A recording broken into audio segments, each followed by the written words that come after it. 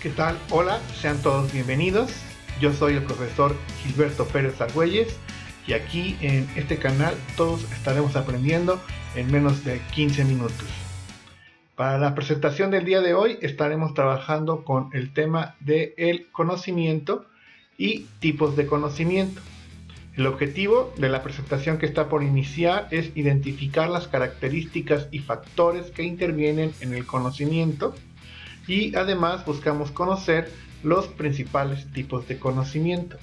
Dicho lo anterior, vamos a comenzar. Y bueno, en este caso vamos a definir primero qué es conocimiento. Es un concepto complejo de poder explicarse, pero podríamos decir que es información que adquirimos de la realidad a través de la observación y también a través de la experiencia. Son diversas formas mediante las cuales se adquiere información, se analiza y utiliza sobre todo para resolver problemas. Y entonces el conocimiento es aquella información que nosotros vamos procesando cuando vamos conociendo todo aquello que está a nuestro alrededor. Vamos conociendo todo aquello que está a nuestro alrededor, ya sea interactuando con algunos objetos, con fenómenos, o también a través de la observación.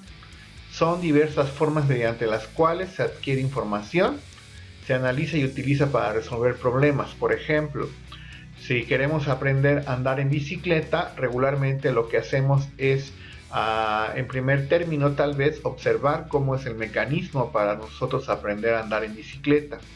Una vez que nosotros analizamos esa información, pues entonces comenzamos a utilizarla, ya sea que nos atrevamos solitos o con la ayuda de alguien a través de la experiencia, en este caso a andar en una bicicleta.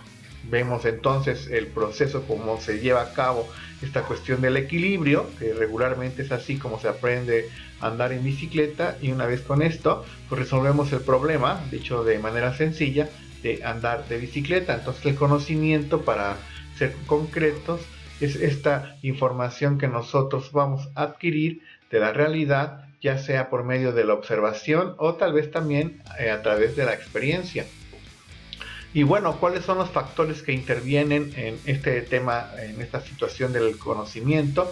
Pues vamos a hablar de tres factores principalmente. En este caso, el sujeto, que es la persona, vamos a llamarle sujeto de conocimiento, que va a regularmente observar o interactuar a través de la experiencia con un objeto de estudio o un objeto de conocimiento. En este caso, si seguimos con el ejemplo, pues tendríamos que hablar del tema de la bicicleta, ¿no? Entonces el objeto de estudio sería andar en bicicleta. Una vez que el sujeto está observando, analizando cómo es esta cuestión de andar en bicicleta, entonces se va a convertir en conocimiento. Una vez que experimentamos y nos atrevemos a subirnos a una bicicleta, entonces va a venir de regreso, ¿no? Viene de regreso hacia la persona y entonces eso se va a convertir en conocimiento.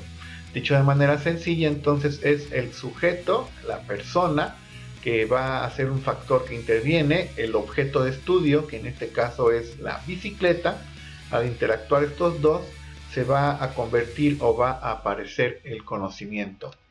Y bueno, existen diversos tipos, hay una lista muy larga de tipos de conocimiento. Yo solo elegí los que considero trascendentales y vamos a explicar en primer término el conocimiento mítico. Se basa en la transmisión cultural de la comunidad. Son explicaciones sobre hechos de la naturaleza y de la vida sin fundamento científico. Se trata, en pocas palabras, de creencias, de mitos, donde no hay lugar para la duda. En este caso, no vamos a dudar de nuestras creencias y tradiciones, no vamos a dudar de los mitos que se han generado. Y bueno, si lo explicamos de manera sencilla, en este caso el conocimiento mítico va pasando de generación en generación, se transmite entonces de forma cultural a través de la comunidad. Abuelos, padres, hijos, nietos, sobrinos, tíos van pasando información, por ejemplo, de algún tipo de conocimiento. Pensemos en la cura de una enfermedad. Existe entonces, por ejemplo, la limpia o el curar el mal de ojo como ejemplos del conocimiento mítico. Sabemos que existen muchos mitos alrededor, por ejemplo, de las enfermedades que tienen que ver con que le hagan ojo a una persona. Y entonces se va a tratar en este caso de explicaciones sobre cuestiones relacionadas a la naturaleza y también a la vida misma. Por eso hablábamos del tema de las enfermedades. Y así entonces, pues vamos a basar mucho de lo que nosotros creemos, mucho de lo que conocemos, está basado también en creencias, está basado en mitos. Lo importante, y aquí ya habrá que recalcar, que no existe la duda, ¿no? Cuando hablamos de un conocimiento mítico no existe duda sobre esto, ¿no? Por ejemplo, la cuestión de la lluvia. Ahí existe esta creencia de cuando comienza a hacer, por ejemplo, mucho aire, es probable que entonces no llueva, ¿no? Son creencias, son mitos, realmente no existe mucho fundamento científico con lo que acabamos de mencionar. Y bueno, también podríamos hablar con el número 2, vamos a titular el conocimiento empírico. Se da con la experiencia y acción sobre el objeto de estudio, es decir, es lo que aprendemos después de percibir o interactuar con otros seres vivos, de interactuar con objetos o con fenómenos. Y pues aquí va a requerir de nuestros sentidos. Y puse la imagen como un ejemplo, en este caso cuando la gente conoce el mar, pues se va a llevar a cabo un conocimiento empírico. No vamos a leer un libro, aunque existen libros que te pueden narrar o explicar cómo es el mar. Regularmente las personas quedarán mucho más convencidas de cómo es el mar cuando interactúan con él. Se va a dar entonces esta acción sobre el objeto de estudio de conocer el mar, y entonces al momento de que nosotros percibimos el mar o interactuamos con él, pues estamos seguros de cómo es el mar porque lo vamos a tocar, lo vamos a oler, lo vamos a escuchar. Por eso nosotros decimos que requieren nuestros sentidos.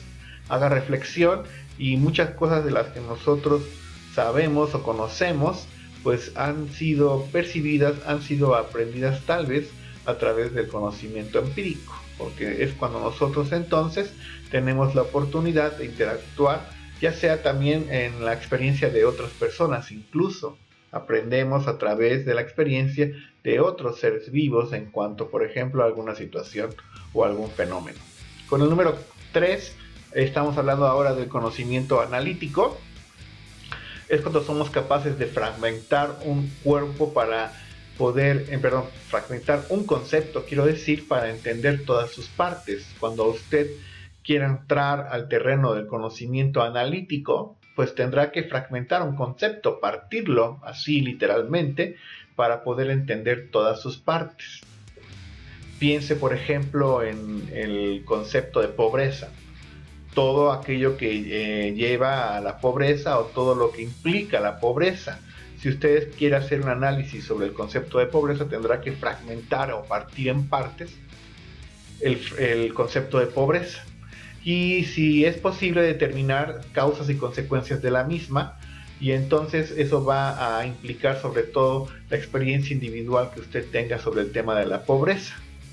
Y así entonces se va a requerir en este caso de la habilidad de poder ser capaces de fragmentar un concepto y tratar de armarlo, entenderlo de otra forma y sobre todo ver sus partes. Si usted es capaz de fragmentar o partir un concepto y explicar cada una de sus partes, estar logrando el conocimiento, en este caso analítico.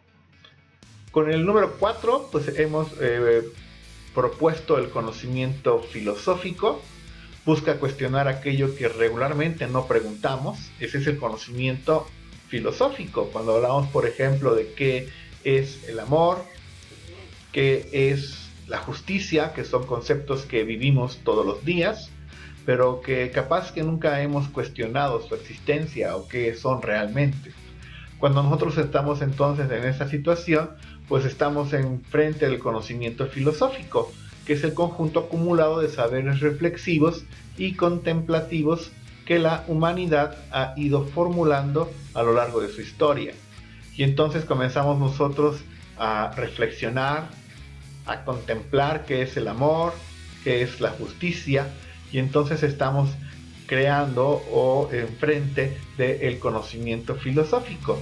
Y entonces comenzaremos a dar algunas de las ideas que la misma humanidad ha explicado seguramente en cuanto, por ejemplo, qué es el amor. Y así entonces, pues la imagen que tenemos es de Confucio, que es uno de los primeros personajes que practicaron el conocimiento filosófico, y este ha tenido la ventaja de que es un conocimiento acumulado a través de la historia de la humanidad. Bueno, vamos dándole cierre un poco a esta presentación. Vamos con el quinto de los, en este caso, tipos de conocimientos, quiero decir, y estamos frente al conocimiento, en este caso, científico. Se trata de la investigación documental y descriptiva de un fenómeno o de un hecho. Se obtiene por forma metódica y sistemática a partir del estudio, la observación, experimentación y el análisis. Cuando nosotros estamos frente a esta situación de tener un método, una forma, un sistema de hacer una investigación, eso es un conocimiento científico. Todas las ciencias tienen un método científico. Y entonces es esta investigación de tipo documental. Cuando nosotros queremos aprender cualquier tema, pues comenzamos a documentarnos. Comenzamos a investigar en algunos textos, pues qué significa, por ejemplo, pues COVID, ¿no? Por ejemplo. Y entonces comenzamos a tener esta cuestión de documentarnos y ver descripciones de lo que es el COVID. Las implicaciones que tiene el COVID, por ejemplo. Se obtiene de forma metódica entonces y sistemática. El conocimiento científico entonces se va a llevar a cabo a través de, sobre todo, la experimentación para comprobar aquello que nosotros creemos que sucede a través de hipótesis, ¿verdad? Y entonces, en pocas palabras, es el análisis de hechos. Y con esto pues le damos fin a esta presentación. Muchísimas gracias por su atención. Les recordamos lo importante que es para nosotros suscribirse a este canal. Y pues nos estaremos viendo y escuchando en las siguientes oportunidades. Hasta entonces, chao.